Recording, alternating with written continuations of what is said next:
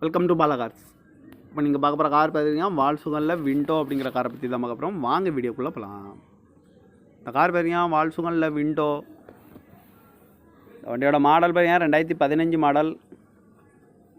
இதோட வேரியன்ட் பார்த்தீங்கன்னா comfort line H line அப்படிங்கிற வேரியன்ட் தான்.